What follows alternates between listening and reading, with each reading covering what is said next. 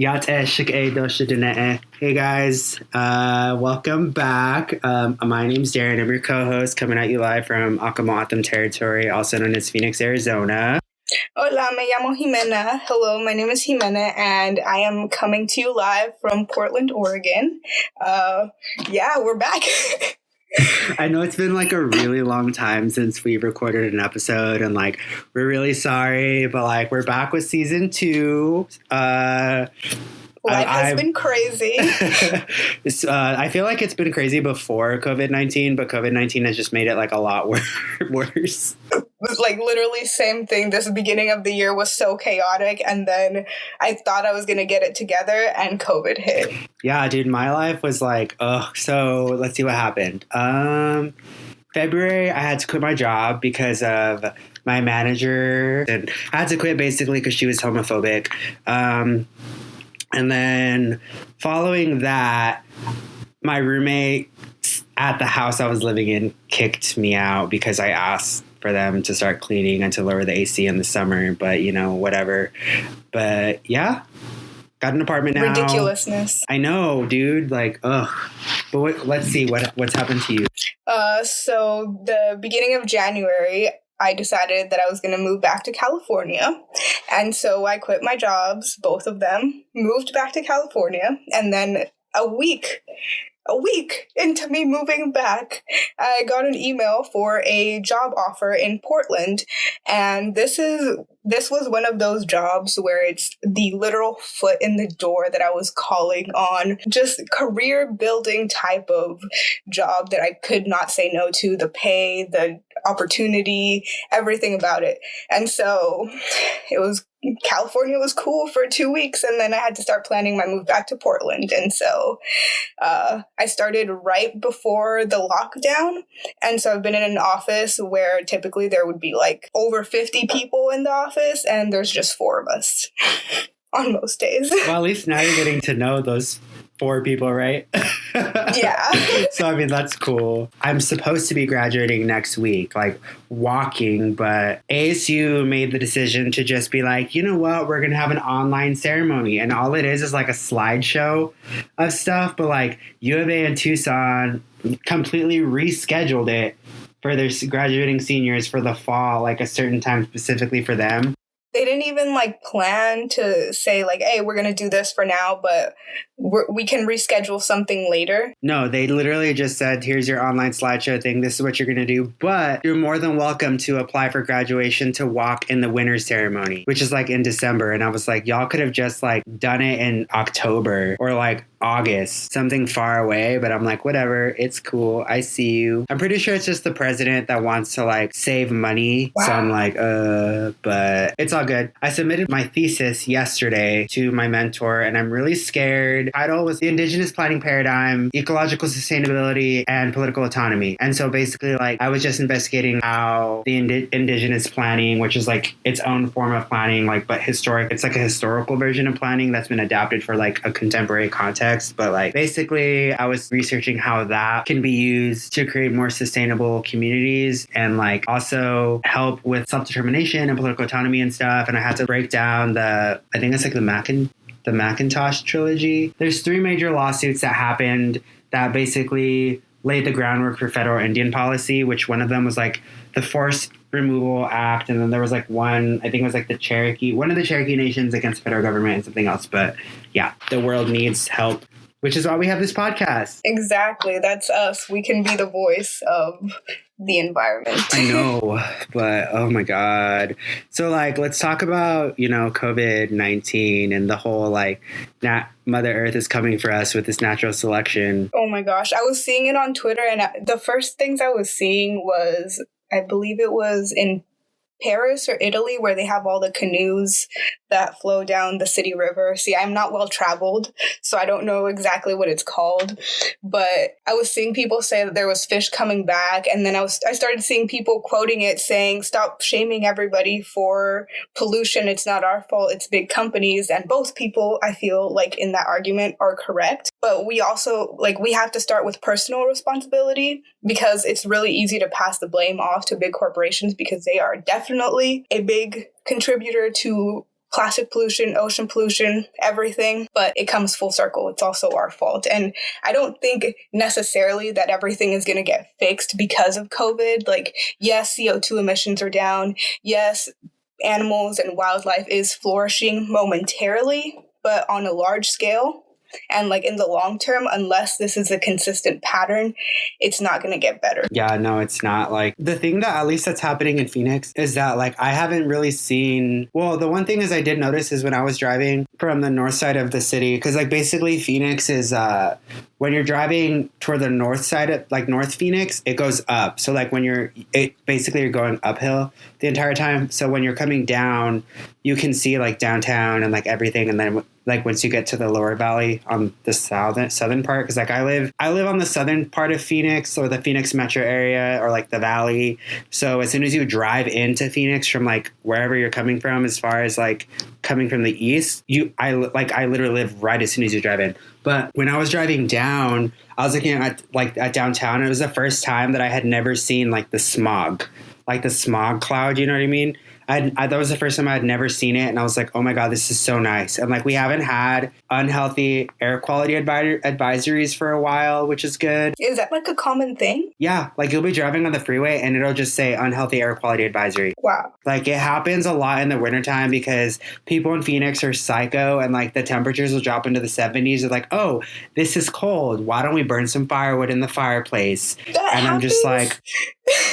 What? Yeah, people do that all the time here. And I'm like, what? Like, this doesn't even make any sense. Like, what? Like, so that happens. And then you have a lot of those, like, people who, like, have big-ass trucks for no reason. Like, they just have these really big trucks that put out all this black smoke. And I'm just like, okay, dude, like, just kill the planet. Why don't you? Ugly. But yeah, it's like, it's crazy. Like my friend, she lives in LA, and she was talking to me about how this is the first time in a very, very, very long time that she hasn't had to use her inhaler like multiple days in a row. Wow. I was just like in shock. So I was like, this is like crazy. Like, and the thing that's really sad is like everybody's noticing these changes. Like the media is noticing it. People are noticing it, but it's still not going to be enough to push people to really, really change their ways, you know, which is like what we need. But I hope that it changes the opinions of the loud people. That's true, yeah. Like the people who are going to actually get up and start saying something. And I've actually been thinking about this a lot because I know for us in the US, we have a smaller population compared to like China.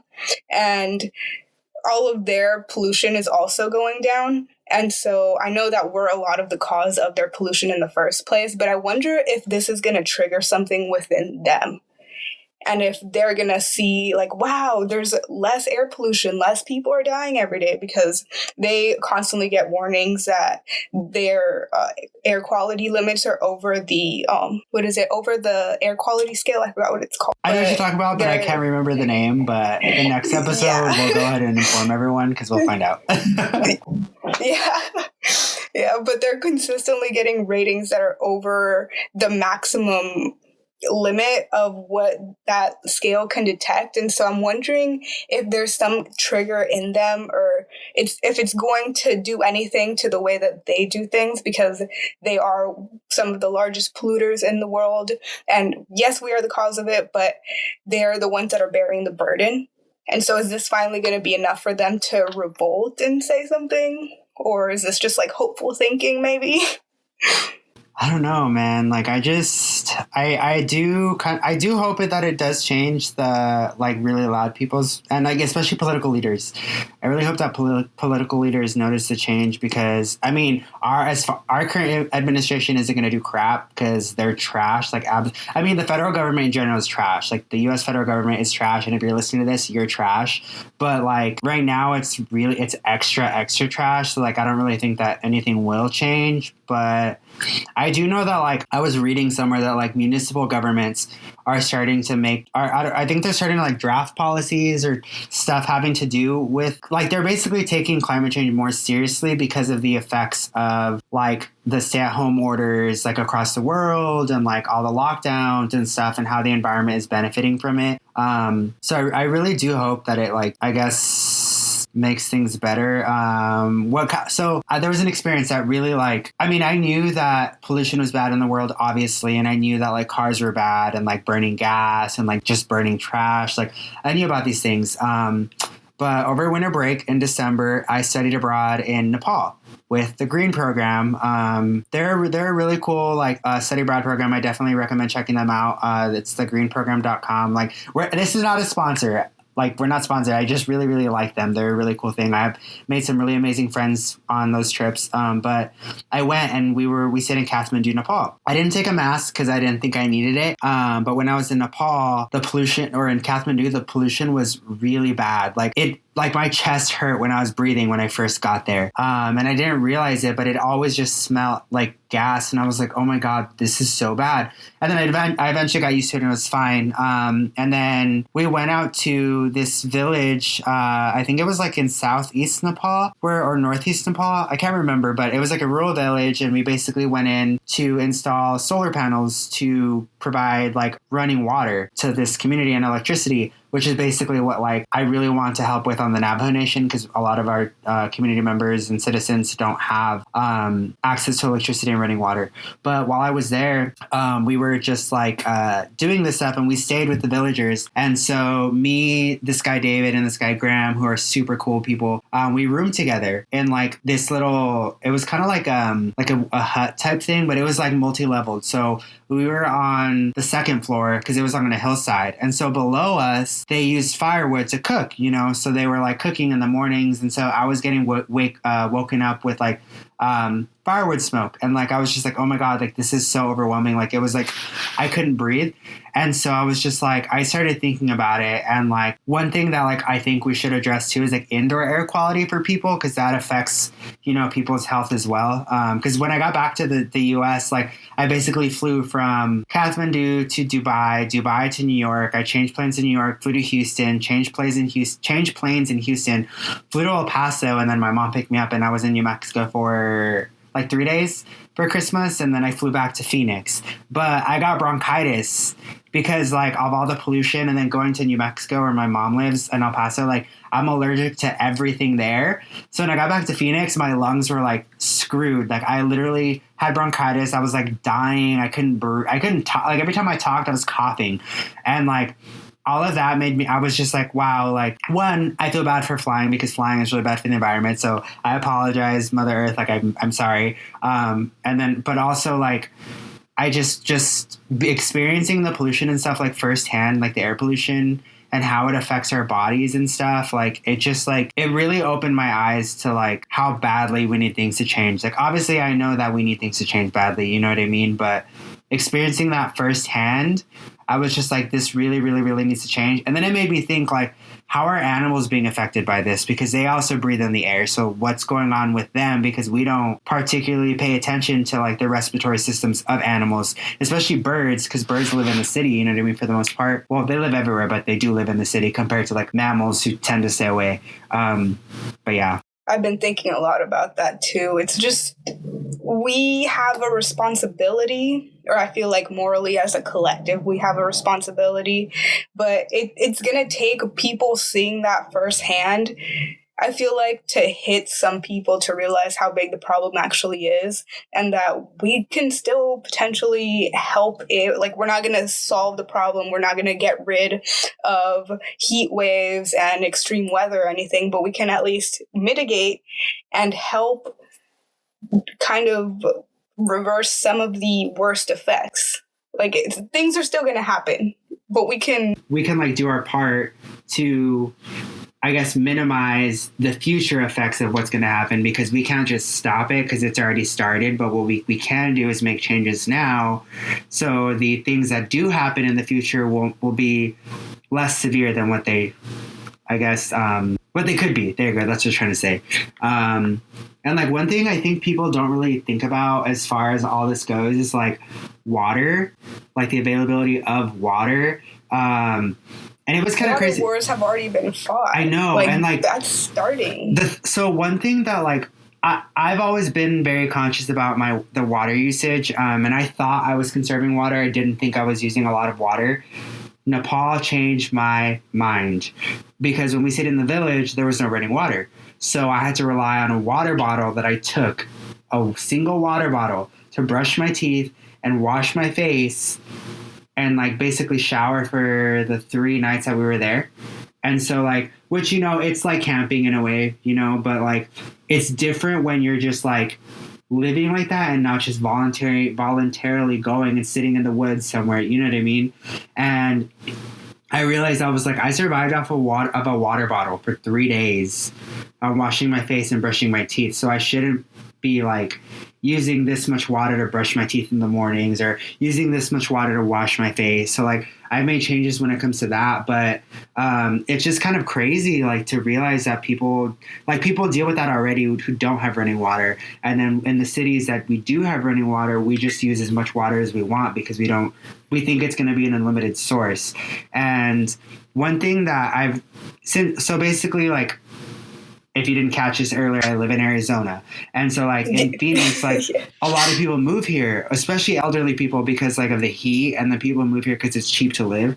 But Phoenix is getting expensive, so please don't move here. But like people don't take into account the water, like the availability of water. People just think that like, oh, we're going to move there because they're used to having running water. And like, yes, we have running water in Phoenix. It's a city. We're very privileged to have running water, but a lot of our water comes from Lake Mead. And so if you drive to California from Phoenix, you'll see it's like a giant canal that's pulling in water to the Phoenix area. And then we get 50% of our water from groundwater sources, which obviously relies on, you know, precipitation. And we do get running water from like I forgot what river it is where like the snowpack melts and it comes down this way. But obviously the climate is changing. So water availability is going to be very inconsistent in the future. And obviously temperatures are expected to rise here too. I remember I was doing some report for like some governmental policy class for like sustainable communities or something like that. But I did a report on extreme heat. And so in the Phoenix area in the 90s, this isn't even that long ago, this is like 30 years ago, or like maybe not even 30, like I think it's like somewhere in the 90s,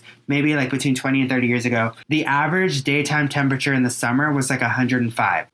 And it wasn't even that bad. God. Well, it's bad, but like for Phoenix, it's not that bad. But it used to only like get above 110, maybe like 2 or 3 days a week. It never was longer than a whole week in the summer. And then in the night, like at night, it was never above 100. And if it was maybe for like a night. Oh, wait, no. It was only 1 week period where it was 110 or a little bit higher. And it was only 100 degrees at night, like 2 to 3 nights of summer. That's what it was. And now, like last summer wasn't that bad, but the summer before that, like it was really bad. And people here tell me that like there's usually a 2-week period in the summer here that it doesn't drop below 110. It gets up to 120. Normally, it's not even crazy anymore. It's just like a normal thing. It's always above 100 degrees at night in the summer. Like, and people just think that it's like a normal thing, but like it's not. And it also has to do with the fact that Phoenix is just like blowing up, and just instead of staying like in one area and building up, they're just continuously building out. But Phoenix, it's like we're basically like screwed, which is a good thing, because the city cannot grow west anymore, and it can't grow east anymore or south because it's going to grow up. Yeah, because of the reservations. So they can only grow west, but they won't do it super west because they decided to like put a nuclear power plant 30 miles west of Phoenix. So that's another reason not to move here, because it could be a nuclear disaster. So don't move to Phoenix. Nuclear energy is controversial, and I have a video on that.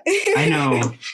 But yeah, I can grow north too, but like I don't think they would, because it's like super hilly and mountainy, and like I feel like it'd be too difficult to grow the city out that way. But yeah, without like looking too much into it, my guess is rent is going to go up hella high. Yeah. And the city's going to start growing up, because that's the only way that they can accommodate continue people to grow it. Yeah. I mean, Portland right now is growing up so much, like it is crazy. It's like a little city. Every new building that they build, like they'll, like, let's say they'll take down like some old house, they will build condos on top of it, and they're building up.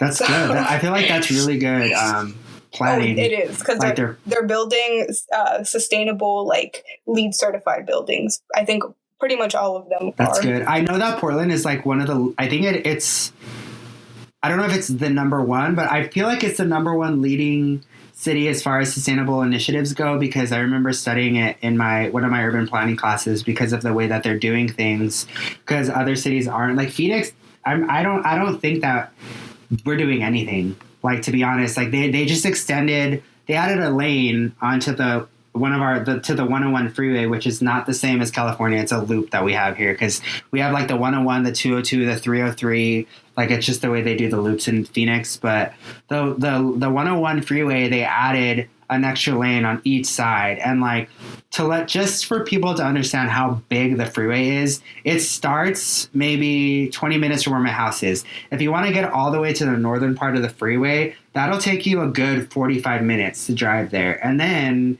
to get from that northeastern part all the way to the western part of the freeway, that's going to be another 45 to an hour. And then to get from that part back down. So like, if you want to drive that entire thing, it'll take you like 2.5 hours. And they just added... Is that with or without traffic? Without traffic. With traffic, that would probably take you like 5 hours, to be honest, because it's taking me an hour and a half just to get to the northern part of Phoenix on the 101 with traffic.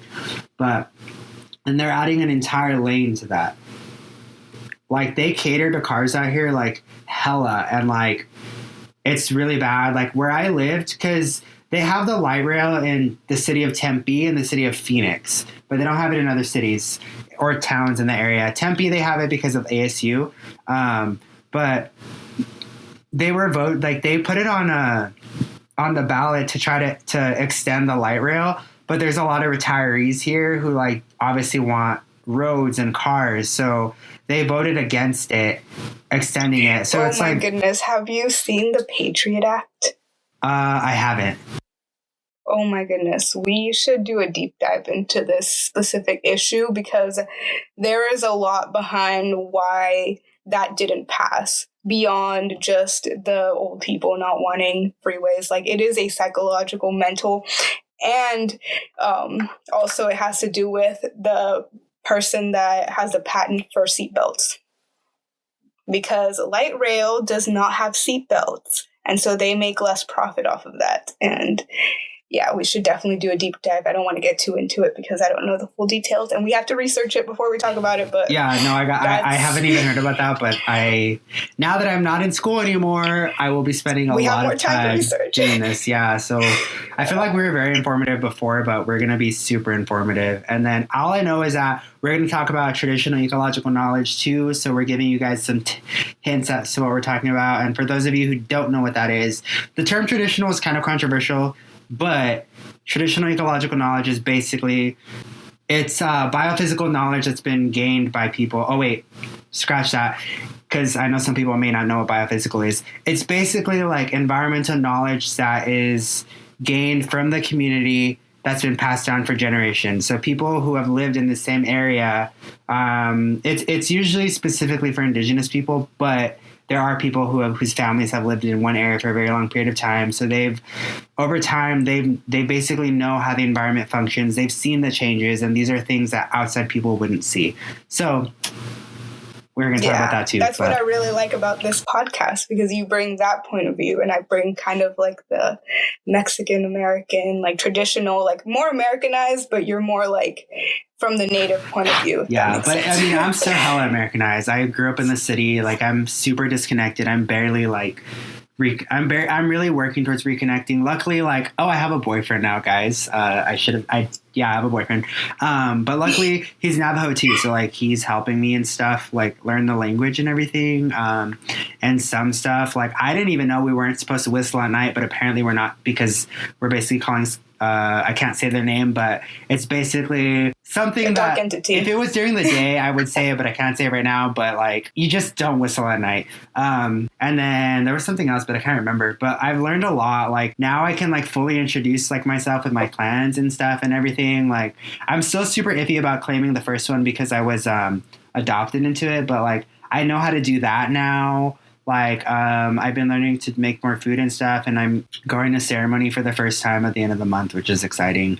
Ooh, nice. Yeah, but like, it's okay. I mean, I feel like a lot of people of color in the U.S. are very Americanized, and it's not our fault. It's just like, it's part of the American experience, you know? But I feel like it's up to us to really kind of like change that narrative, because it's like, we can be American and live in America, but like not be super Americanized. It's just kind of like, it's going to take effort on our part, which sucks, but like, it is what it is, you know? Because if we don't like hold on to our cultures and stuff, like, they're going to just kind of like fizzle away within our country. Obviously, our country of origins is different, but like here, yeah, so we don't want that to happen. Yeah, and I like remember one of them, I think it was my sociology professor, said something along the lines of, we don't want a melting pot, we want something that's more like a salad. Like, we don't want to melt everything and fuse all cultures together necessarily. We want to preserve each individual culture, but complement it.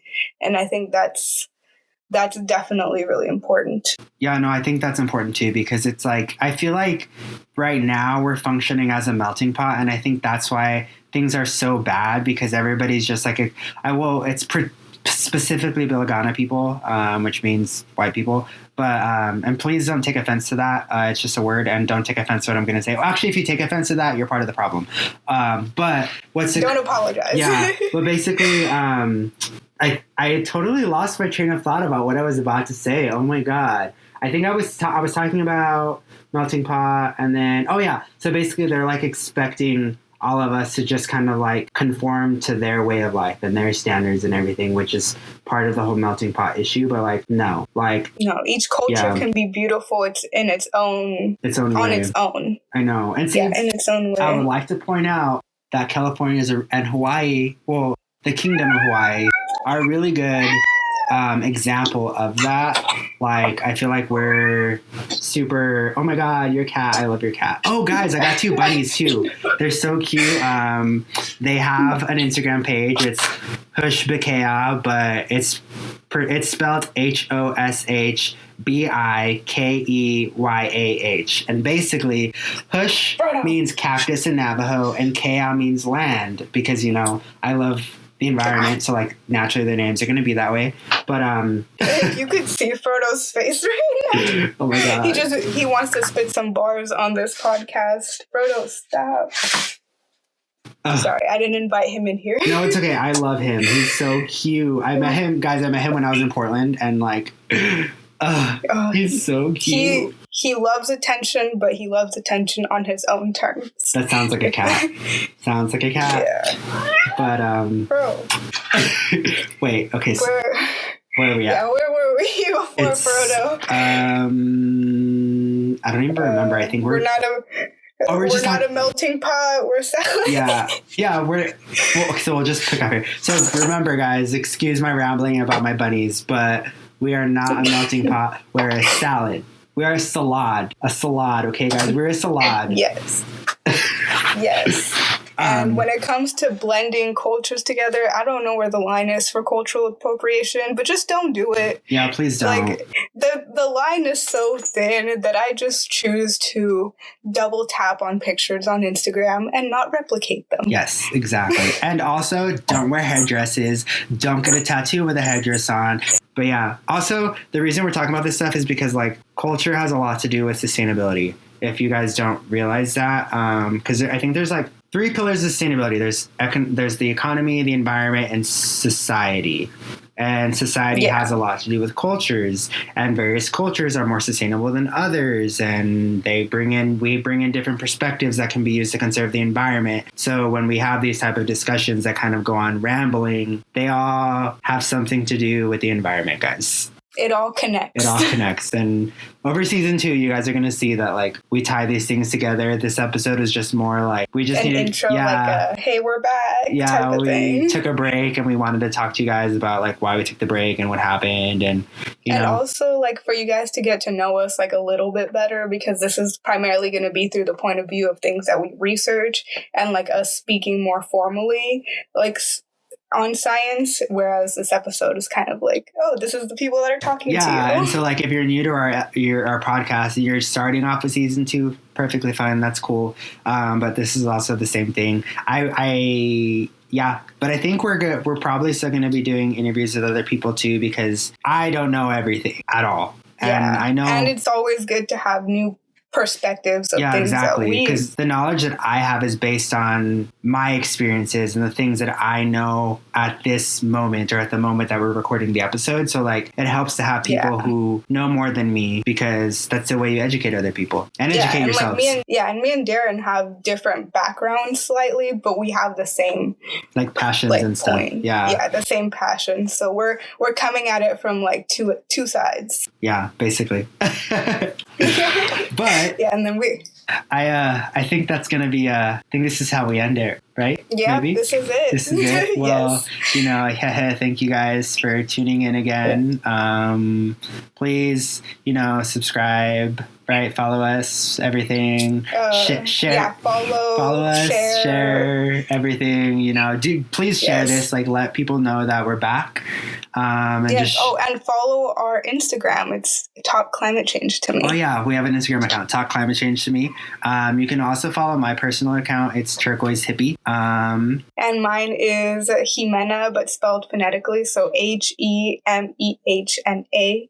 Yes, and then it helps people pronounce it better, so that way people start saying it right. Yeah, no, I totally get that. Trust me. Like when I say people, which is gonna be different, but it kind of is the same, I guess. My bunny's name, his name is Hush, but you pronounce it, you write it Hosh. But when you say it, people think it's Hoosh.